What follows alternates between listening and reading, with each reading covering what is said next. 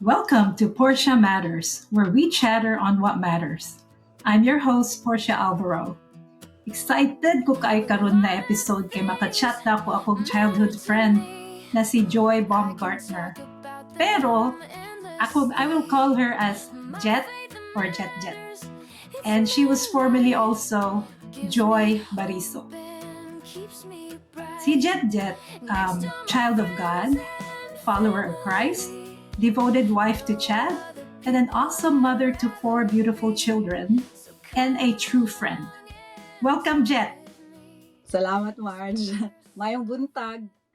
Excited kay ko ani nga chance nga imong gihatag sa ako. Ang akong family nag-join sa church 7 months old pa ko. Unya sa una lisod man gyud ang kinabuhi. Pobre kay mi unya ang kaming tanan actually baby pa man ko ato so giistoryahan ko sa akong parents ug sa ako ang mga igsuon. Natudluan sila niya, nabaptize sila July 1970. Unya, lisod kay among kinabuhi niya, bago pa among testimony, yang pakaayo ba.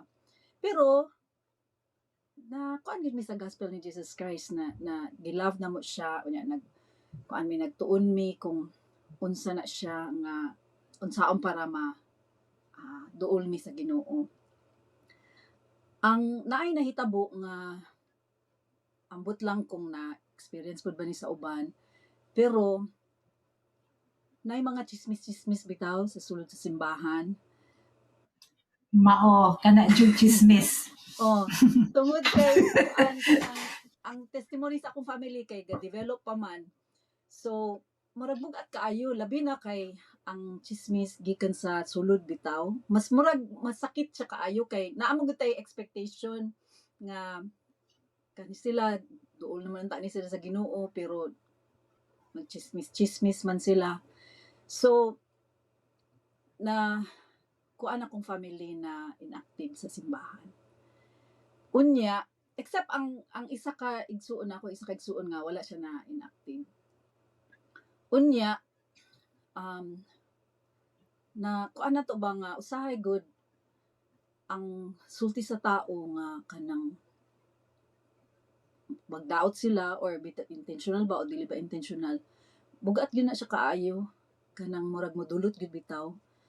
So, pagdako na ako na kuan ko na ako'y nasabtan. Well, first of all, nalipay ko kay naamang ko'y isa ka kanang neighbor namo nga member siya sa church, siya ang primary president. Ako ang pangalan niya kay Sister Vicky Vargas, ambot kung kaila ba ka naminyo naman siya karon. O nya, silingan namo dad. Oh, kaila ko kay siya man tong primary president nato. Siya man tong primary teacher nato. Sa una, primary president. So, nahibal-an ako nga naagay mga panahon nga ma-offend jud ta. Unya, naasay mga panahon sa atong kinabuhi sa sulod sa simbahan nga kita po na maka-offend. Usahay kanang wala nato gi-intention nga maka-offend ta sa ubang tao or sahay siguro naapoy mga intentional gyud kay tungod sa kasuko. Pero ang importante unsa atong buhaton kung mao na atong ma-experience na learn ako nga kung kita man ang na-offend or kita ang gichismis or kung kita ang nagchismis or kita ang naka-offend kay kung kinsa ang mo stay faithful, kinsa ang mo mag-bend dayon very quickly or mo pasaylo dayon, mao gyud siya ang ma-bless. Mao na siya ako ang nakuan na experience kay di ba ang scripture sa Doctrine and Covenants nga 64:10 nga ang Ginoo, I the Lord will forgive whom I will forgive, but for you it is required to forgive all men. Mauna nga kung mo kuanta mo gali lang nauna nako ba kay daghan akong nakita sa ako ang experience sa simbahan katong nag-mission ko bisag hangtod karon nga kung kinsa ang mo mag-repent o mag-forgive mao gyud siya ang ma-bless.